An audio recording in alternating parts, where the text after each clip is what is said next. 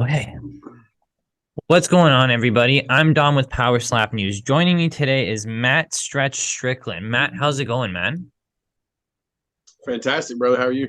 I'm good. Thanks for taking time out of your day to talk to us. I wanted to talk to you as somebody who was around for the first round of Powerslap. What are your current thoughts on the second batch of fighters so far? I mean, it's kind of hard to tell about anybody really, except some of the guys that have had a few matches. We're all pretty new to this, and just watching one match is not going to really give you a huge insight into what a guy is capable of. We're going to have to go, round for round and mano a mano a few times before people really get to know what each guy's made of. Hmm. Somebody again who's been around from kind of the birth of the sport. You've seen the changes the sport has taken. Do you see it taking more changes? Do you think we're going to see things like no more of the knee bending? Do you think they're going to be cleaning that up? What do you think?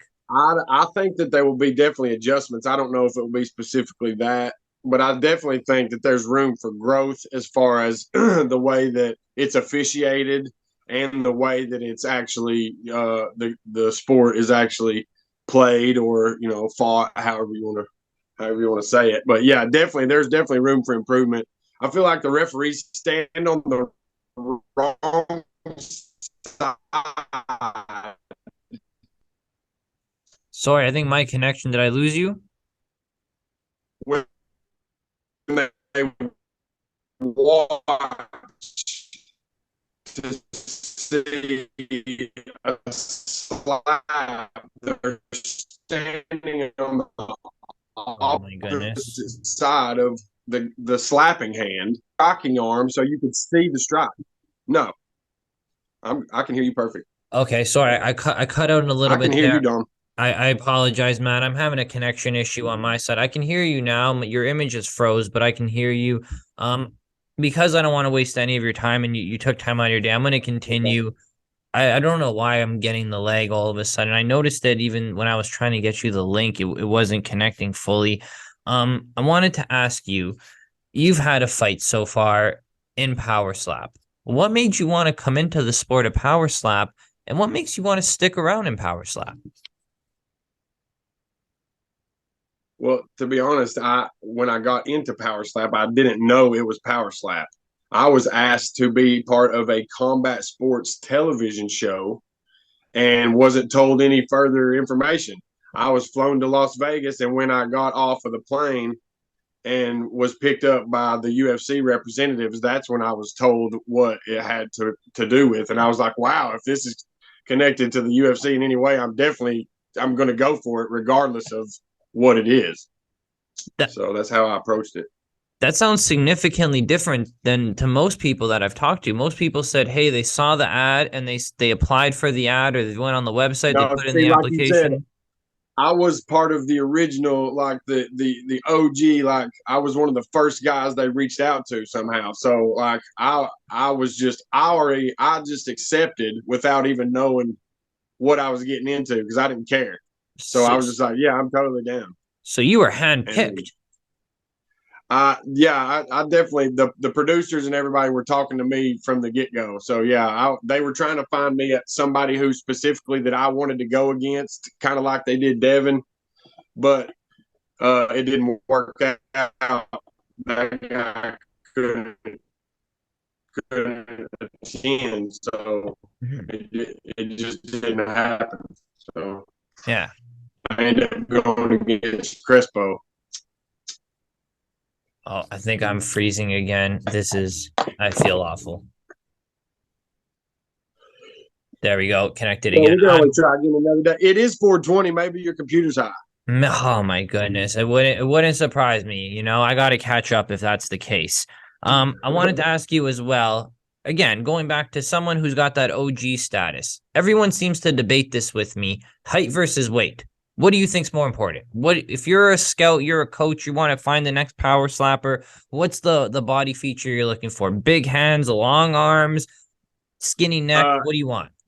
in my opinion, there's not like as you can tell by just the way the competition has went so far, there is no physique that stands out or outperforms one or the other.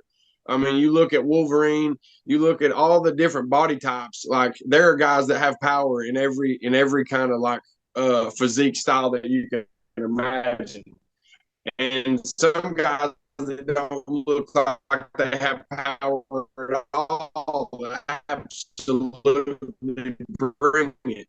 So I mean, you can't judge a book by its cover, but if I was gonna, just like embodiment of what a slapper should be, it would be like you probably like think about Russell Rivera or somebody, some big backed guy who's a big thick neck and big traps and stuff. But as we've seen that AJ put him out with one strike. So I mean, that doesn't even matter. It's all about. I think a lot of it's heart, and you never know how accurate the striker is against you. So I mean, there's so many factors that play into being successful at this that it's really just we're just gonna have to wait and see. It's the heart one is interesting to me because a lot of people I talk to talk about that this sport has a mental aspect that isn't seen in MMA or boxing. You need to Right. See, stand because there and we have prep. to, yeah, we're walking out there knowing that we can't defend that slap. We have to eat it. We have to. So, I mean, there is a totally different. You go into an MMA fight, you might not get hit. You could have a flawless game plan, or the other guy could just make a mistake and slip, and you get the top game and just dominate the fight. Like, there's so many things that can happen. But in slapping, for a fact that you are going to be hit. There is no avoiding it. It's absolutely going to happen. So, I mean, if you can mentally prepare yourself for that and face that one time and time again, I mean, that sets people apart, obviously. There are guys that have done this that clearly don't want to do it again. And there are guys that are chomping at the bit that are just waiting for their next opportunity, like myself.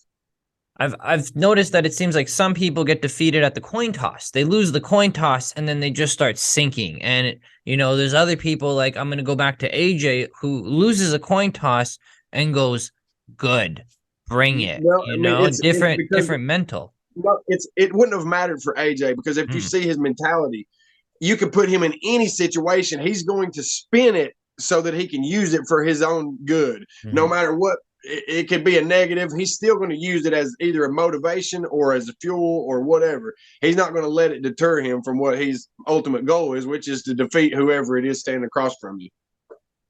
For sure, right? And I think that is a bigger part to this sport than perhaps in what we've seen in like an MMA or boxing. Would you agree?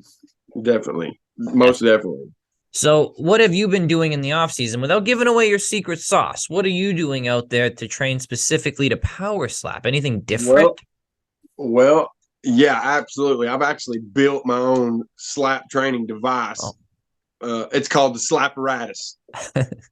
So yeah, it's basically a soccer ball setup. Like, how you can kick and it'll recoil the soccer ball and you can keep kicking it over and over. Well, I have that set up where I can slap it repetitively and it just resets just like somebody's jaw, and it's got resistance on it. So it's just like slapping the hell out of somebody, and I can do it over and over and over and over again. And what did you call it? Sorry? The Slapparatus. The Slapparatus. Is there a patent on the Slapparatus? Yeah, I'm working on that. I'm working on that right now. Okay. I want to see results from the Slapparatus, right? We want to see this thing do well. Because we talked about this earlier. It's very new. Everyone's kind of doing different things. AJ's out there headbanging. Other people got the weights on their neck. Some people aren't trying to bulk up the neck. Yep. Yeah, definitely. I think that it can't hurt you to strengthen your neck in this sport. I mean, it's not going to be like, oh, I've worked out my neck, so I can't be knocked out. That really is not going to, I don't think that's going to change a lot of that, but it's definitely going to help you be able to absorb that and recover faster from the blow that you did take. So it's just like with anything, you prepare your body for what you're going to go through and you can recuperate faster and do it again. I mean, that's. So I want to ask you this as well. This sport seems to be getting a lot of hate on the social media aspect of this, right? Everyone's saying you guys aren't athletes. The sport's barbaric. It's just trading blow for blow. You're not defending yourself, all this. What do you have to say to the comments like that as somebody who's done it? Well, some of these guys aren't athletes, but that doesn't mean they can't slap the shit out of you. And it makes it a unique thing that there are guys like Austin Turpin who can come off a construction site and go against I think Cody has fought a few times MMA, maybe amateur or whatever, and he defeated him. With no combat sports experience or whatever, the dude has some forearms and a neck. You work on a construction site, you're going to build certain aspects of your body that might be beneficial to slapping somebody. But I can tell you one thing that they didn't build on the construction side is his brain, because he's not too fucking smart. Calling out some of the people he's calling out whenever he's got me behind him. He just got I don't know how the fuck he got ranked ahead of me, but I promise you this, that dude's not going to be in the rankings for very long. He's calling out some big people. He wants to really climb fast, right? I mean, hey, that's what you're supposed to do, right? I mean, you might as well take the reins when you can, but sometimes the horse will take you places that you didn't want to go. Yeah, well, I can tell you this. We were there in Vegas for that first live event, and watching those two heavyweights go at it for that main event. Slap is different when you're there in person. It's actual baseball bats hitting each other. Yeah, like I said, me and Dwayne, we had got to the benefit of talking quite a bit before, and we knew we were going against each other for a long time, up until we knew we were about to do the coin toss and all that stuff, and we had discussed over and over again, whoever goes first has a tremendous advantage. More than likely in our matchup, whoever goes first is going to win. And he got the coin toss on me, and he fucking rocked me. I got up, and unfortunately they didn't let me continue. They said I wasn't back in the correct area at the right time or whatever. So it is what it is. But he done his job, and that's all you can do when you're out there. And like, it's not as easy as people think. Yeah, we're just standing there, and you have to slap, and but you still have to land in the designated spot and be effective in that designated spot. All that tied together with the pressure of the crowd and the lights and the atmosphere, it is a totally different thing than people would imagine it to be. Definitely.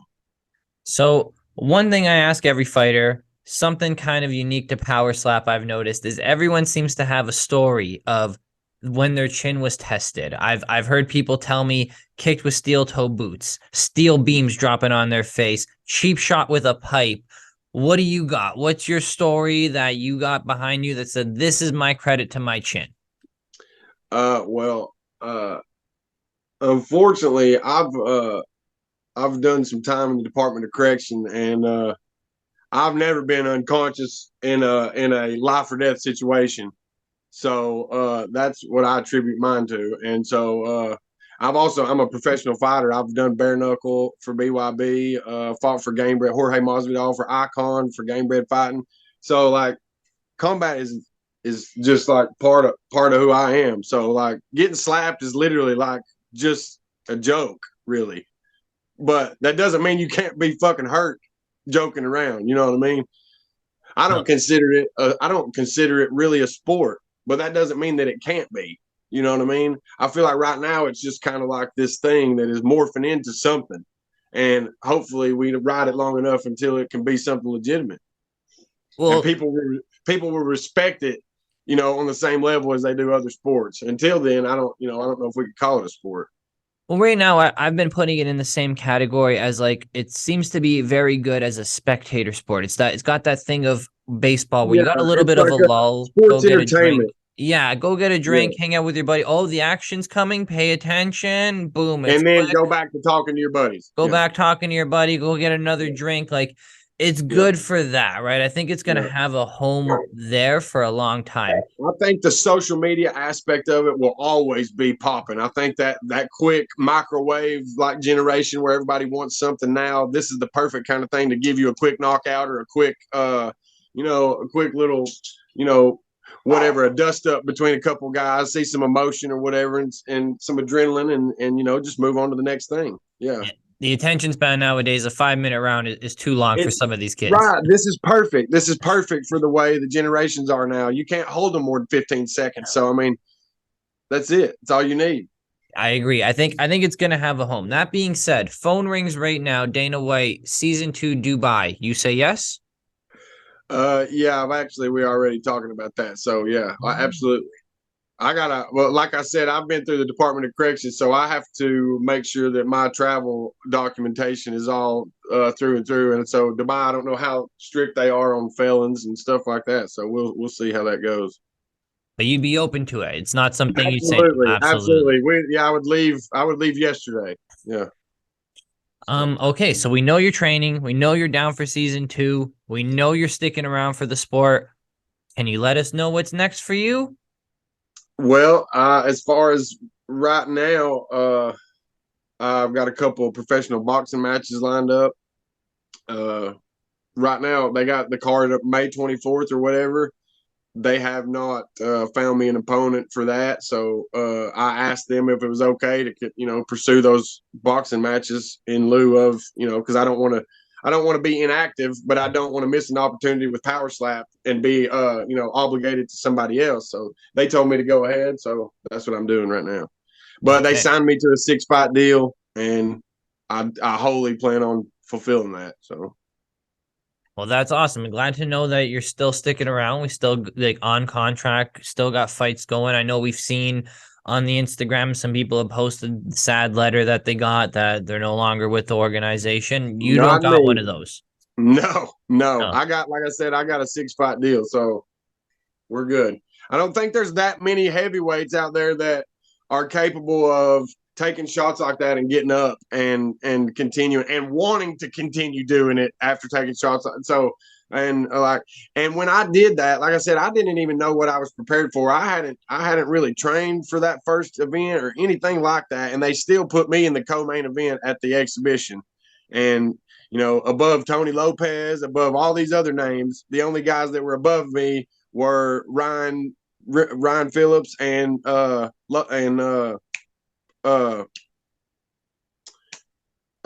One Eye Wolf. That was the main event, and Mm. then it was me and Crespo was the co-main event. So yeah, so they had pretty high expectations, and so I think that's why my ranking is where it's at. Even though I've only had one match and Mm. the results were the way it was, I haven't gotten an opportunity to show what I'm capable of yet. So I'm looking Well, forward to doing it. I'm hoping to see you come back. I want to see the results of what'd you call it? The slapper The size? slapparatus, The yeah. And see, so slapperatus. like I said, the original event was in March of 2022. There's Mhm. a lot of time been since then, and I've been training for actual fights, not slap. So the transition from the person I was then to the slapper that I would be now would be unreal. So yeah, we need to get in there real soon. Well, we definitely want to see you back. I don't want to take up too much of your time. I really do appreciate you giving me some of yours. Sorry for the rocky start there. I'm glad that it cleared itself up and we ended up finishing strong. Before we leave, where can the people find you? Twitter, Instagram, YouTube, any merch store, sponsorship, anything like that you want to plug? Go ahead. Well, I'm on Twitter, I'm on Instagram, I'm on Facebook. So you can find me on all those Matthew Stretch Strickland, TikTok, all that shit. So We'll link it all down below. I'll connect with you after. Thank you so much for talking to us. I really do appreciate it. Have a great evening. no problem, man. Have a happy 420. I'm going to start. Thank you. Yeah, man.